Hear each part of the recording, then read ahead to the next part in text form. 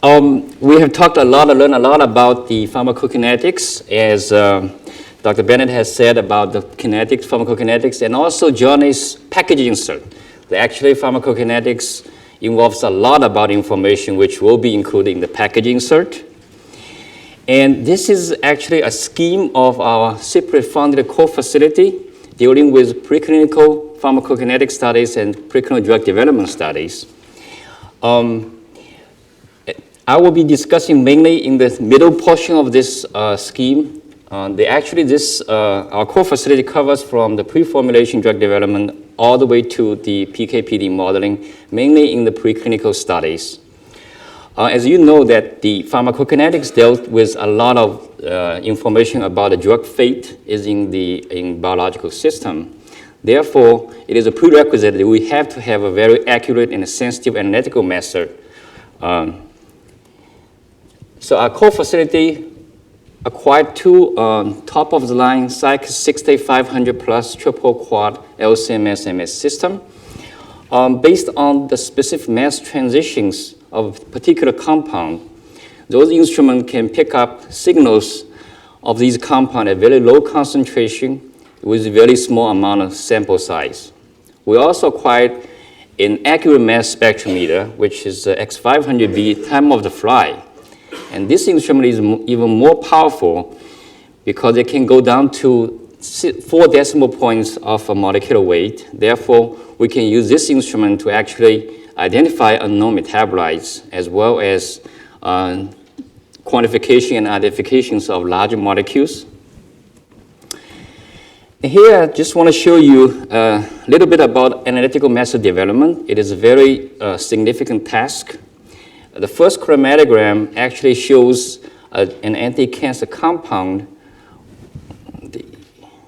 An anti-cancer compound we just extracted and just injected onto chromatogram. You will see a significant front peak as well as this a degradation peak after the drug peak.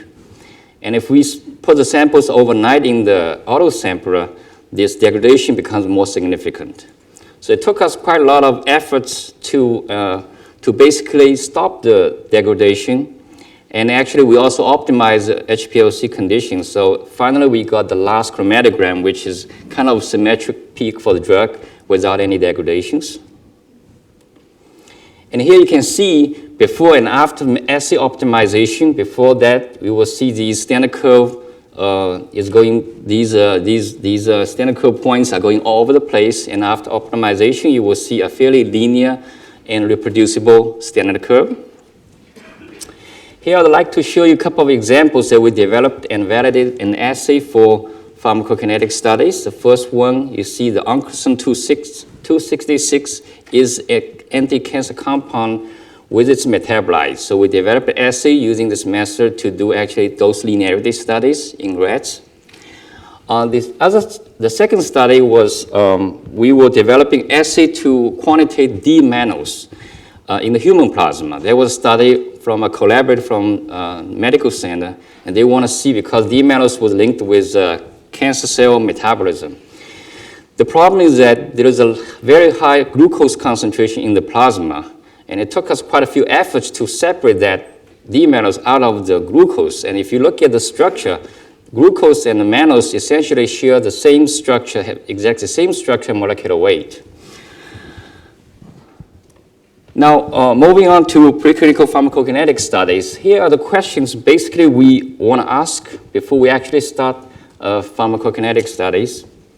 And of course, the first one is that we want to make sure the drug is stable in the plasma, because the pharmacokinetics deals with a lot about the drugs in the plasma. If the drug is not stable, then the whole pharmacokinetic data will be not reliable.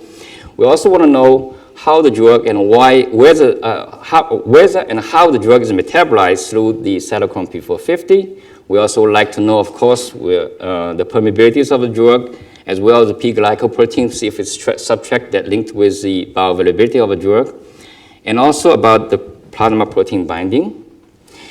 So the second area of our core service is actually in the in vitro metabolism. And this is one example I'd like to show you that we did a study about the hydrolysis of plasma esterases. And we did a study on this drug called inositol hexaniclinate, also known as non-flush niacin. People use this over-the-counter product to lower the cholesterol level. It hydrolyzes in the plasma through the esterases to produce nicotinic acid, which is active compound, also known as vitamin B3. And if you look at figure 1, it actually shows a perfect first-order degradation. Figure 1A is actually in human plasma. Figure B is in rat plasma. You will see that the degradation is much rapid in the rat plasma versus in the human plasma.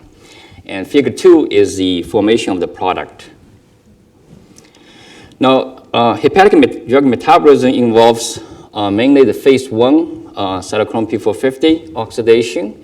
And as you know, the CYP3A4 is a major CYP isomer, followed by the CYP2D6 and 2C9. And also phase 2, mainly the conjugation process through the gluconate and sulfate conjugation. Depending on what we are looking at it, we can either use liver microsomes, individual CYP enzymes, or cells of hepatocytes to study drug metabolism. And this figure just shows the activities of different CYP enzymes to a substrate. Another area that we are providing services through this core facility is the studying the permeability as well as the protein binding. And as you know, that CACO2 cell is a gold standard method to study the permeability of a drug. And if you look at this, if the drug, which is the moves from the upper chamber to the lower chamber, that represents permeability of the drug, and the drugs add to the bottom chamber moves to the upper chamber represents the drug transport. And the permeability of the drug, the high permeability of a drug usually translates to the high bioavailability, and the high efflux usually will result in the lower bioavailability. We also have an in situ perfusion rat model, and in this model, we infuse the drug through the GI tract of a live animal, and we monitor drug concentrations through the perfusate, through the blood, as well as the biosamples. And that information will probably provide us the bioavailability as well as the hepatic metabolism. And plasma protein binding happens rapidly usually, and it's reversible. Since most of our drugs are weak acid, and usually they bind to albumin, some basic drug generally binds to alpha-glycoprotein. The equilibrium dialysis generally is the gold standard method to measure plasma protein, but nowadays people have a tendency to use an ultrafiltration method. And in this method, you will see here that ultrafiltration membrane will be able to block the bounded drug on the top portion of this tube, and the drug which is not bound will be in the lower portion of the tube. And the protein binding is closely related with the volume distribution in the pharmacokinetic analysis. And you can see that the free fraction of unbound in the plasma changes, then the volume distribution will change as well. That's why we usually call the volume distribution as a apparent volume of distribution. Now I'd like to move on to the pharmacokinetic studies in animals. We use rats and mice. We generally start PK study in the animals, in rats, usually through the IV administration at the first. And of course, since this first time we dose animals, we want to make sure the dose is low enough, not causing any toxicity. And in the meantime, the dose generally should be high enough that we can characterize the PK profile. Following IV administration, we generally continue to characterize the drugs through the oral dosing, and also continue to characterize the accumulation of dose through the multiple dosing, dose linearities, and tissue distribution studies. And we generally collect the highly perfused tissues for tissue distribution studies. And the Wing Learning program is actually widely used software for PK analysis. And here's a picture of a rat in the metabolic cage, and you will see rat can actually move freely in the metabolic cage while we can dose and sample the blood from the jugular vein cannulation. I'm not sure whether you can see that. For IV dosing, usually we will not exceed 5 milliliter per kilogram, and it should be in solution form, co-solvent form, or oil in water emulsion form. For oral dosing, we can go as high as 10 milliliter per kilogram, and it can be in different type of formulation, including suspensions. And we generally collect at least 5 plasma half-lives to characterize the full PK profile. The metabolism cage can automatically collect the feces and urine samples in case we want to analyze them. And this slide shows an ideal drug candidate in terms of pharmacokinetics. We're basically looking at a compound which is highly water soluble, highly permeable, have a sufficient oral bioavailability, and has adequate half-life. And also we're looking at a compound that is linear, as Dr. Bennett mentioned. If the dose is non-linear, we don't want to go further on that. Also, we look at a compound which is not metabolized depending on one route, will not produce lots of these active metabolites, and will not interact with the metabolic enzyme. And also, we're looking at a compound has a wider therapeutic index, and if we have PK-PD correlations, that's a plus for us. This is one of the compounds that our core facility worked on it, and actually this is close to an ideal compound. You can see the compound is water soluble, it is highly permeable, and if you look at following IV administration, the drug concentration decreased rapidly initially and followed by a slow elimination phase, which is very common for most of the drugs. Following oral administration, the maximum concentration reaches around 2 hours, and the bioavailability of this compound is close to about 60%, and we also see that about 64% of the drug was excreted in the urine unchanged, which indicates that probably renal excretion is the major route of drug elimination. Not many drugs are as ideal as what we just saw it. This is another compound we are working on it. This compound is light sensitive, and it is not soluble in water. That's a big problem. Luckily, this compound is highly permeable through the perfusion model, and the compound has less than 10% of bioavailability. And the bad thing is that there is nothing was unchanged excreted in the urine, and that means that the drug is extensively metabolized in vivo. Now the question is that what happened for this drug, and is if there is any active metabolite, and if the metabolite is going to be toxic or not. In the next few slides, I would like to show you some studies we did in our lab in the past to answer some kind of real life questions. This was a project actually brought to us by one of our clinical faculty. And he was telling us that there was a newly marketed drug, anti-AIDS drug, Interlance, and it was asking whether you guys can develop all of this liquid formulation. The reason was some of the patients won't be able to swallow the big pills. So we did it. We developed oral formulation, liquid formulation, which apparently has higher oral bioavailability. But the issue with this one is not only this one, there's something else popped up. The compound, the API actually is the etravirin, is highly metabolized in the liver, highly protein binding, and even worse, it inhibits CYP2C9. And the CYP2C9 actually is one of the metabolic pathway of warfarin, which is a widely used anticoagulant agent. So that brought us another question that will these co-administration of the etravirin interact with warfarin? And at the time, there was a couple of clinical cases reporting that when etravirin is administered with warfarin, there was some kind of increase of warfarin efficacy. In other words, increasing of this blood clotting time. So our thinking was, since etravirin is inhibiting CYP2C9, when this metabolic pathway was blocked, so we would expect the warfarin concentration increase when these two drugs are mixed together. And turns out to be our pharmacokinetic study turned out to be just opposite. We find out that if you look at the profile, that when we administer etravirin with warfarin, the warfarin plasma concentration actually decreased. And it was significant. If you look at the area under the curve for the R form and S form, actually these are isomers for warfarin. And the S form is more potent, actually. But both AUC for the R form warfarin was significantly decreased.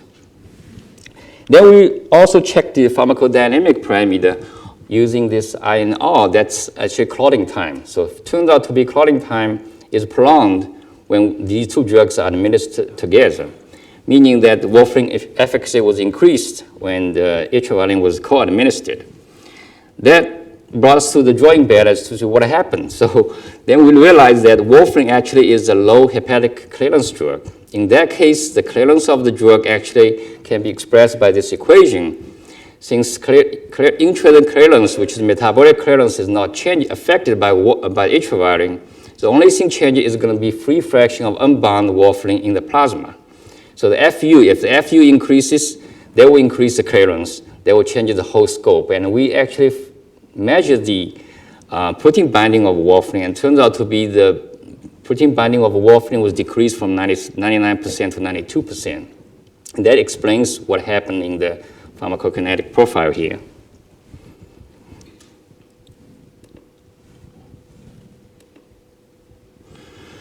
And as I learned, ever joined the academia, we have to chase for the money. This is when the time when there was tobacco fundings. That's why we got into this business with cigarette smoking. This is actually the apparatus for cigarette smoking.